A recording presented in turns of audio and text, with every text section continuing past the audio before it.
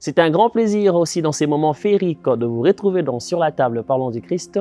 Mais malheureusement, aujourd'hui, je ne suis pas assis autour d'une table. Je suis debout dans la rue, comme vous le remarquez, pour partager avec vous, faire un peu le résumé de la conférence Ecoform dans la gestion financière pour ceux qui ont raté. La bonne nouvelle d'ailleurs, je vous avais déjà annoncé antérieurement pour tous ceux qui vont rater la conférence avancée dans la gestion, dans Ecoform dans la gestion financière, auront la capacité de nous retrouver sur notre adresse Sur la table parlons du Christ via la chaîne YouTube. Je parle présentement sur l'épargne pour ceux qui ont raté et profitez bien dans ce texte biblique. La Bible est en train de dire dans le livre de Proverbes, chapitre 6, verset 6, « Va vers la fourmi, paresseux, considère ses voies et deviens sage. Elle n'a ni chef, ni inspecteur, ni maître, mais elle prépare en été sa nourriture, elle amasse pendant la moisson de quoi mange. » En lisant ce texte, quand on parle de « va vers la fourmi, paresseux », ce qui est paresseux, c'est quelqu'un qui est flemmard, qui est inactif. Mais essayons un peu de comprendre pourquoi on parle de paresseux. Donc, ce qui signifie tout justement dans ces textes un paresseux, ne pas seulement quelqu'un qui est flemmard, mais dans les contextes historiques, nous pouvons bien comprendre et cerner quand on parle d'un paresseux dans ces textes, c'est aussi quelqu'un qui n'a pas la capacité de gérer ce qu'il perçoit dans ses ressources. Donc, au-delà de nos ressources, de nos recettes hebdomadaires, mensuelles, et quand nous n'avons pas cette capacité de gérer, nous n'avons pas cette capacité d'épargner, et c'est de là aussi la Bible nous considère comme étant de paresseux. Il est écrit « Va vers la fourmi, paresseux, considère ses voies ». Et ce conseil est donné à tout le monde que nous devons prendre ces conseils et devenir sages comme la fourmi. Elle amasse pendant... Il est écrit qu'elle n'a ni chef ni inspecteur, elle prépare en été sa nourriture, elle amasse pendant la moisson. La fourmi, en étant un animal au-delà de différentes qualités qu'elle a, on remarque toujours l'organisation qu'il a, on remarque cet esprit d'équipe, cette humilité de reconnaître qu'il n'est pas capable de tout faire. Et dans chaque instant, nous le voyons, quand la fourmi tombe devant quelque chose qui pèse, il appelle les autres pour travailler en collectivité. Au-delà de ça, elle est aussi sage, elle a la notion de l'épargne. Alors, c'est quoi l'importance de l'épargne dans la vie chrétienne? 1. L'épargne nous communique la sagesse financière. L'épargne est considérée comme un acte de sagesse dans la Bible. Déjà, quand vous lisez le texte, vous êtes un lecteur de la parole des Dieu dans ces textes même que nous venons de préciter. Vous pouvez bien comprendre que l'épargne est un acte de sagesse. Au-delà de ça, et elle nous permet vraiment, bien sûr, à se préparer aux imprévus. Imaginez-vous un bon matin, quelqu'un entre dans votre demeure, vous amène des factures qu'il faut liquider illico. Alors, si vous n'avez pas de l'épargne, si vous n'êtes pas préparé en ce qui concerne cette situation, vous allez tomber dans une erreur très fatale et ça peut vous porter plusieurs préjudices.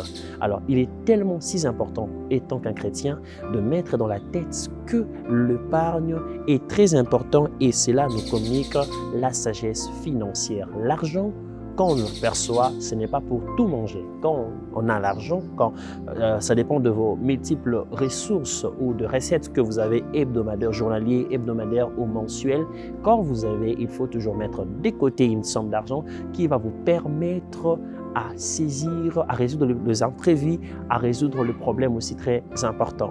Et je m'imagine quand nous étions encore étudiants antérieurement, et il y a des fois, il y avait des programmes où tu es encore à la maison, dans le toit familial, on t'appelle que Christian, tu dois venir rapidement, il y a un TP qu'il faut faire, il faut $10. Et dans ce genre de situation, étant qu'un enfant, je dépends de mon père, je viens, papa, j'ai besoin de $10, c'est une urgence, je dois aller faire un TP. Dans ce genre de situation, papa ne peut pas se fâcher parce que c'est un imprévu. Si papa n'a pas d'épargne, c'est-à-dire que je vais rater l'interrogation, je vais rater ces TP.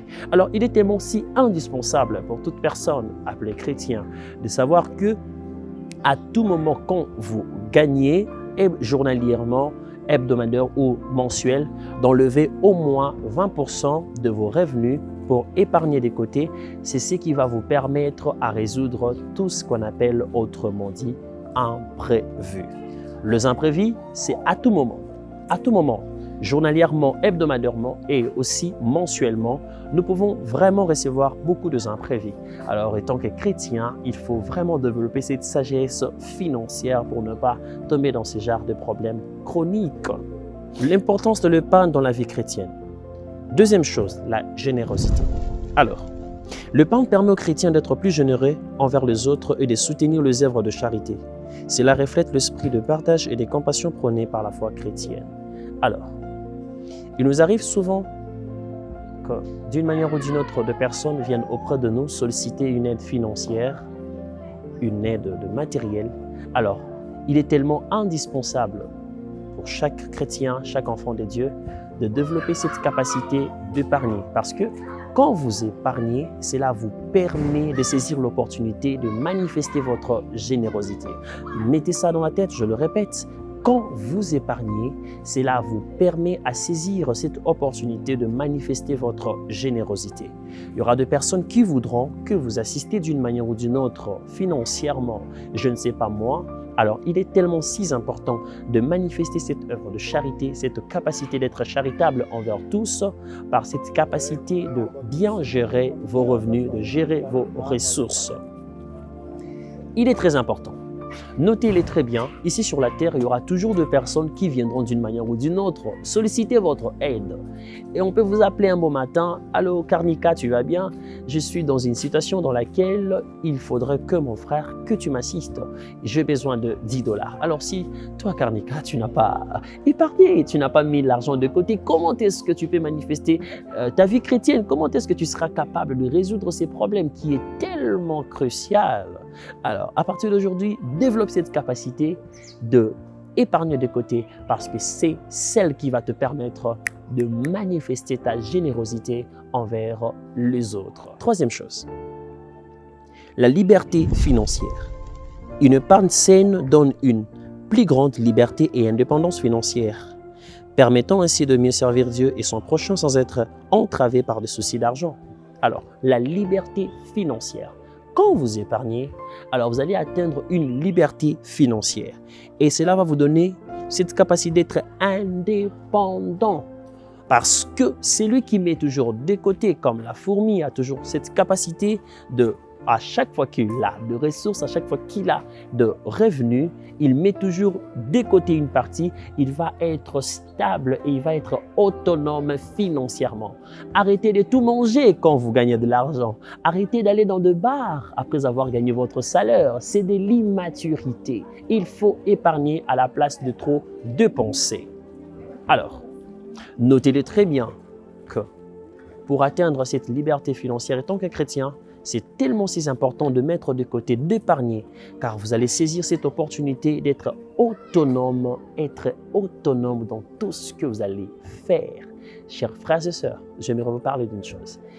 Alors, étant que chrétien, c'est tellement si important pour nous de mettre de côté de l'argent. Nous ferons face à des choses tellement très horribles. Et même pour ceux qui vont rater l'enlèvement, ils vont vivre dans des cavernes, dans des moments très pénibles, voyons. Alors, si tu es quelqu'un qui a la gestion financière, tu as cette capacité d'épargner, même pendant la tribulation, tu ne manqueras pas de quoi manger. Même pendant la tribulation, tu ne manqueras pas de quoi qui va te permettre à vivre. Même celui qui épargne dans l'agriculture pourra se retrouver parce que tu vas manger même le ndunda. C'est très important.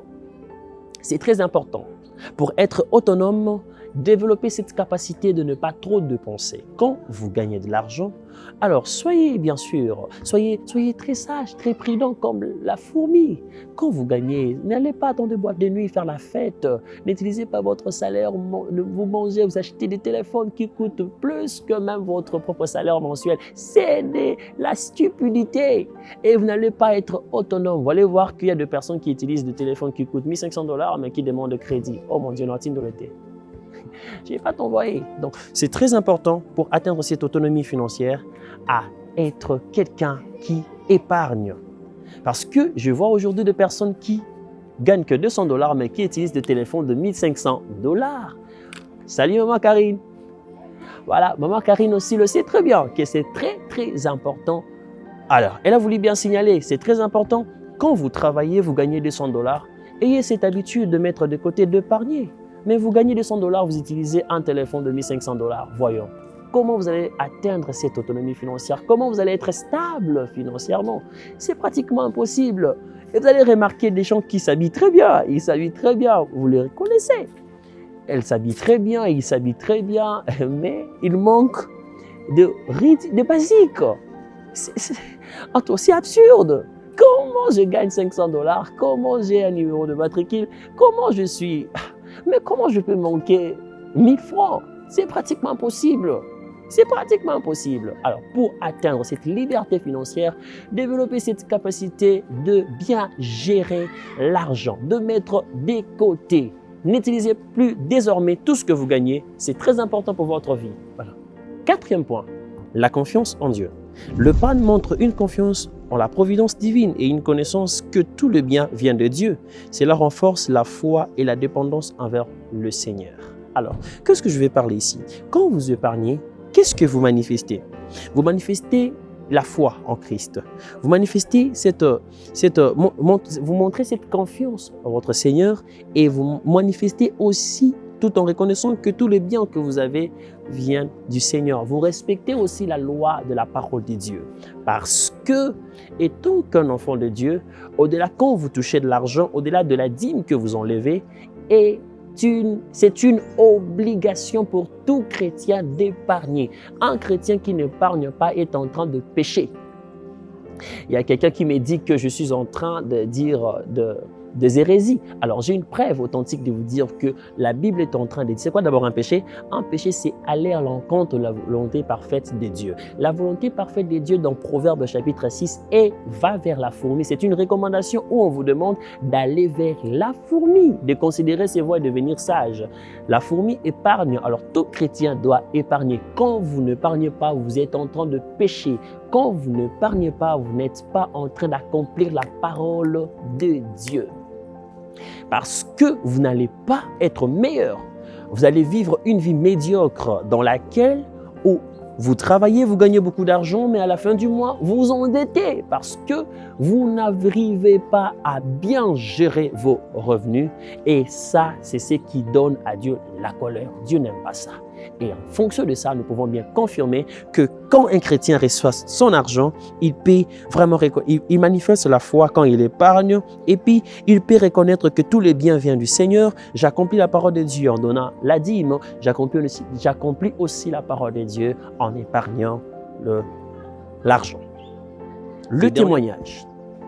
Une gestion financière responsable et une épargne raisonnable peuvent être un bon témoignage pour le non-croyant et les encourager à adopter des pratiques similaires.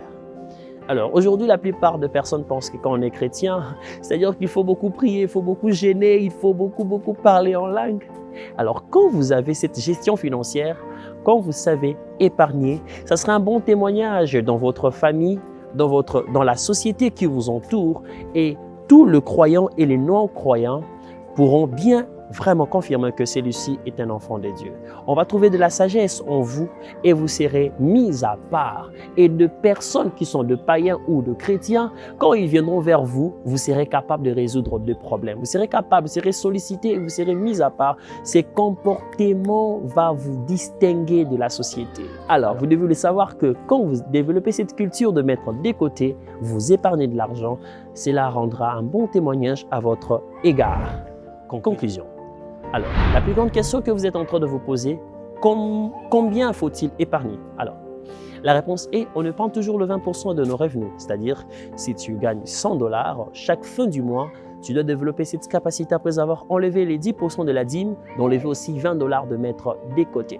Quand tu enlèves 20 $ pendant toute une année, cela va te permettre d'avoir une somme d'argent réservée qui va te permettre à saisir une opportunité.